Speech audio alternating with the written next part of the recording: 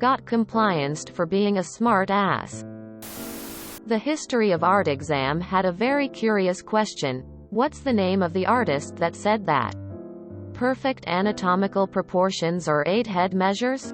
Referring to total body height versus head proportions. 7 or 8, I don't remember. Fuck, what's his name?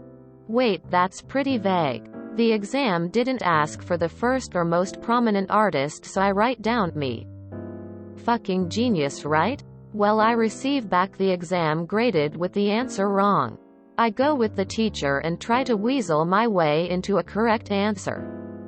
It clearly doesn't say that the artist must be famous or the first to say so, and I am consider myself quite an artist, so this should qualify, right? Quote, yeah, but I asked for the name of the artist and you only wrote me. Had you written your name it would be right.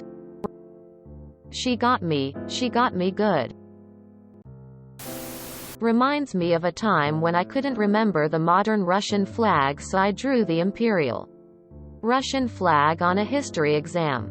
It was only for bonus points, so no big deal.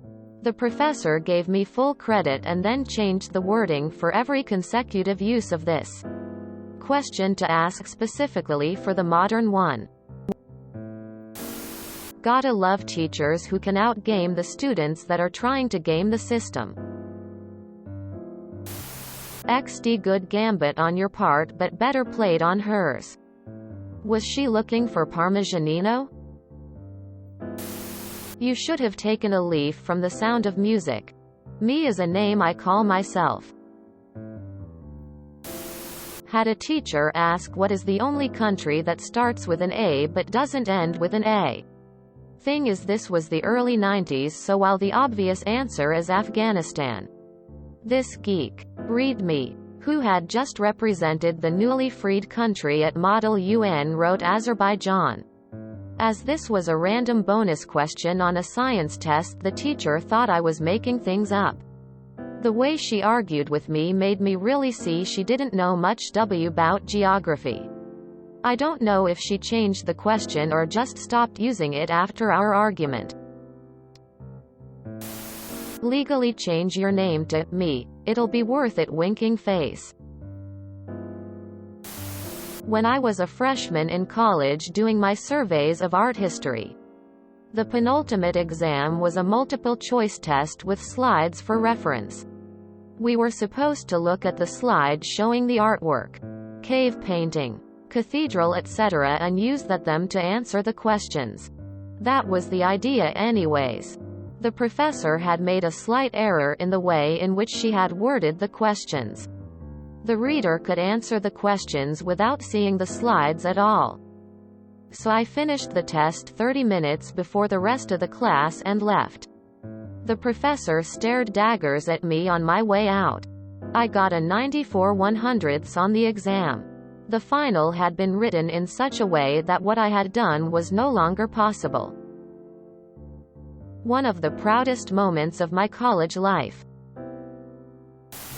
In philosophy class, my teacher told me about a test when he was in college.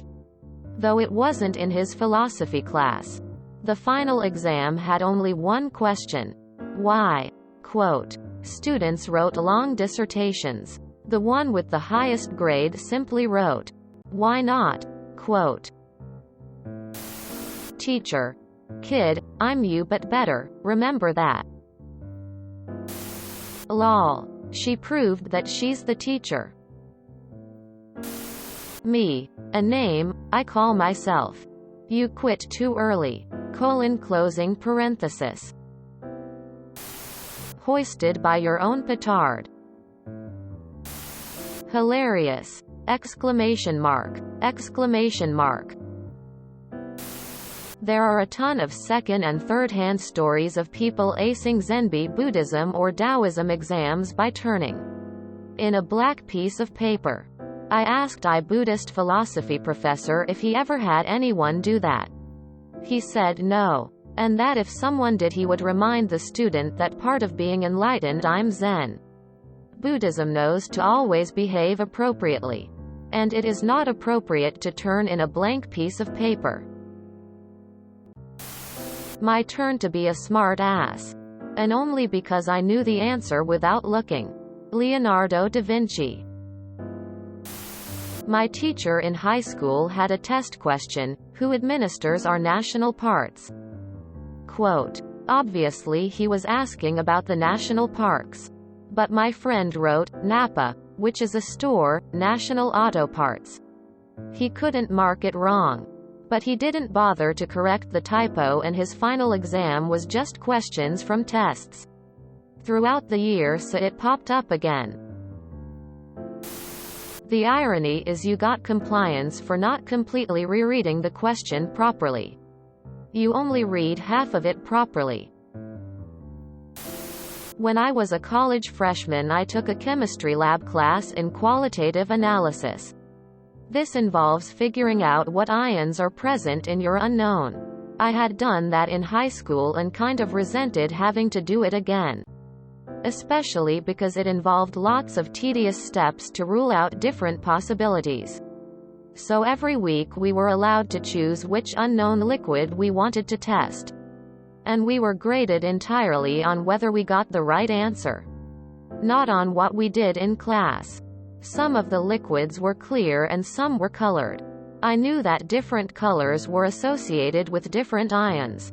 For example, blue meant copper, green meant copper, nickel, chromium, or maybe iron, pink meant cobalt or maybe manganese, and so on. So what I did was take one of the colored unknowns and skip all the tedious stuff. Just doing the quick tests at the end for the few possible options. In and out in 20 minutes while everyone else was taking hours. Finally, the TA asked how I got done so quickly. I made the mistake of telling him. The next week all of the liquids were dyed with food colored. Touché.